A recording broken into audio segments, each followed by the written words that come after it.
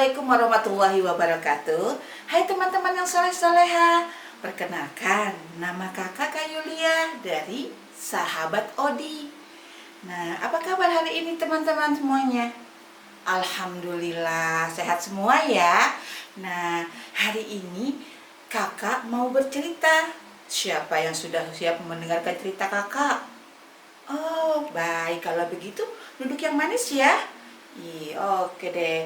Nah, untuk hari ini kakak akan bercerita tentang sahabat Rasulullah yang bernama Sya'ban. Ya, betul. Tapi sebelum mulai lagi, ada yang kakak lupa juga. Mungkin teman-teman juga lupa. Yuk, sama-sama kita ucapkan basmalah. Bismillahirrohmanirrohim. Nah, teman-teman, kita mulai ya. Yuk, duduk yang rapi. Oke, terima kasih.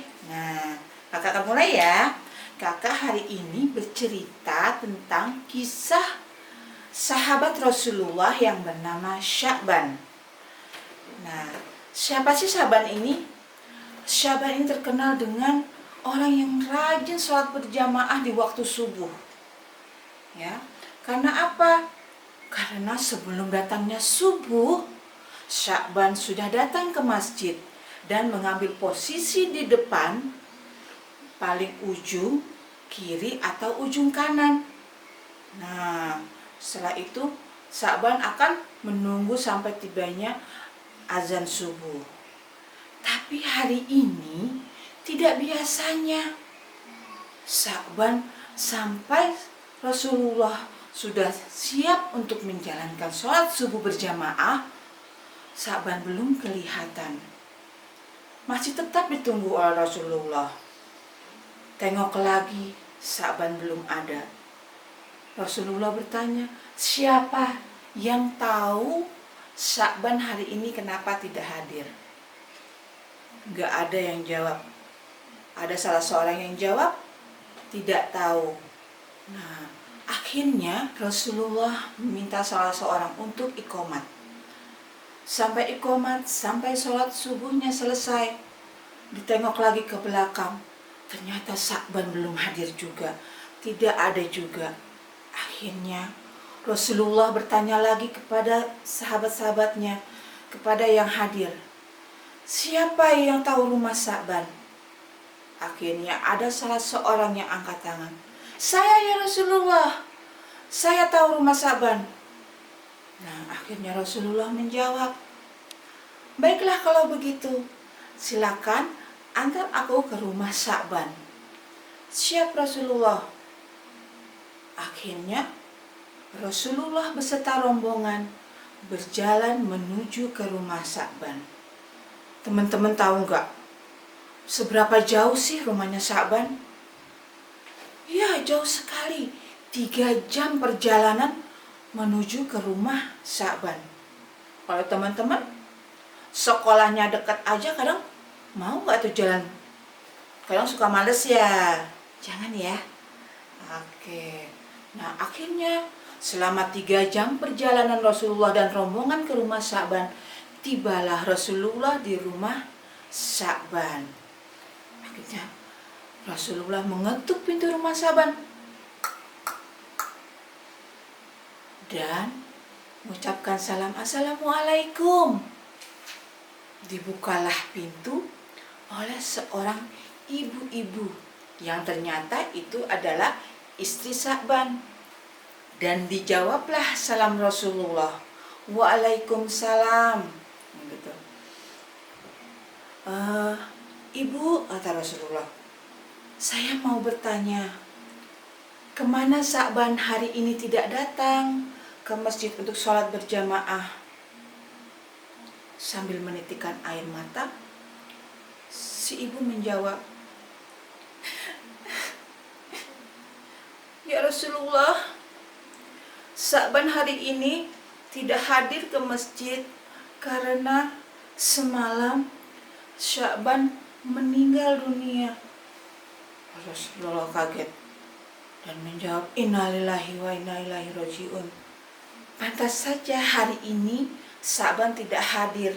Ternyata hari ini Sya'ban telah menghadap Yang Maha Kuasa. Ada pesankah Sa'ban sebelum meninggal, Ibu? Ya Rasulullah, ada beberapa pesan yang sungguh kami tidak tahu apa artinya. 3 pesan yang disampaikan Sa'ban. Apa itu, Ibu? Pertama, Sa'ban berkata, "Aduh, kenapa tidak lebih jauh?" Terus yang kedua ya Rasulullah, "Aduh, kenapa tidak yang baru?" Dan yang ketiga Rasulullah, "Aduh, kenapa tidak semuanya?" Itu Rasulullah yang disampaikan Sa'ban sebelum ajal menjemputnya. Apa artinya itu ya Rasulullah? Oh, begini Ibu. Itu artinya biasanya sebelum ajal menjemput itu kita akan diperlihatkan perbuatan kita. Nah, di sini untuk yang pertama dari Sa'ban, "Aduh, kenapa tidak lebih jauh?" Itu artinya Sa'ban berjalan dari rumah ini menuju ke masjid itu selama perjalanan 3 jam. Dan selama 3 jam itu apa yang dilihat Sa'ban? Sa'ban melihat surga yang dijanjikan, pahala yang besar, surga yang indah. Itu akhirnya Sa'ban menyesal, kenapa tidak lebih jauh lagi? Karena kalau lebih jauh mungkin pahalanya akan lebih besar lagi dan surganya akan lebih indah lagi. Dan yang kedua, Sa'ban berkata, "Aduh, kenapa tidak yang baru?" Karena sebelum berangkat ke masjid, Sa'ban mengenakan baju yang baru. Tetapi karena di luar suasananya dingin, hawanya dingin, akhirnya Sa'ban memakai lagi baju yang lamanya di luar. Nah, setelah di perjalanan, Sa'ban melihat seseorang yang sedang kedinginan.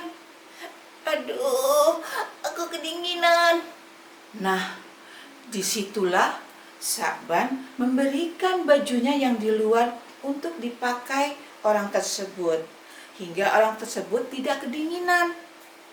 Nah, disitulah Sa'ban kenapa menyesal? Karena hanya memberikan baju yang lama saja, yang bekas. Pahalanya sungguh luar biasa. Dan surganya juga luar biasa. Itu yang Sa'ban sesalkan. Dan yang ketiga, kenapa Sa'ban berkata, "Aduh, kenapa tidak semuanya?" Ya, karena sebelum Sa'ban berangkat, tiba-tiba datang seorang pengemis yang sedang kelaparan. Dan Sa'ban sedang memegang rotinya, kuehnya, dan segelas susu di tangannya. Dan pengemis itu minta karena dia sedang kelaparan. Akhirnya Sa'ban berikan rotinya itu hanya separuhnya. Separuh Sa'ban, separuh pengemis. Dan susunya, segelas susunya itu juga dibagi 2. Separuhnya buat pengemis, separuhnya lagi buat Sa'ban. Dan mereka makan bersama-sama. Nah, disitulah kenapa Sa'ban menyesal. Karena tidak memberikan semuanya. Padahal di dalam rumahnya masih ada lagi. Nah, karena hanya masih separuh aja. Wah, pahalanya itu luar biasa. Dan surganya surga yang indah sekali. Itulah yang disesalkan Sa'ban. Kenapa tidak semuanya dia berikan kepada pengemis itu? Nah, begitu adik-adik. Makanya dari cerita itu, teman-teman itu enggak boleh namanya apa? Ya, pelit. Terus apa lagi? Enggak boleh malas.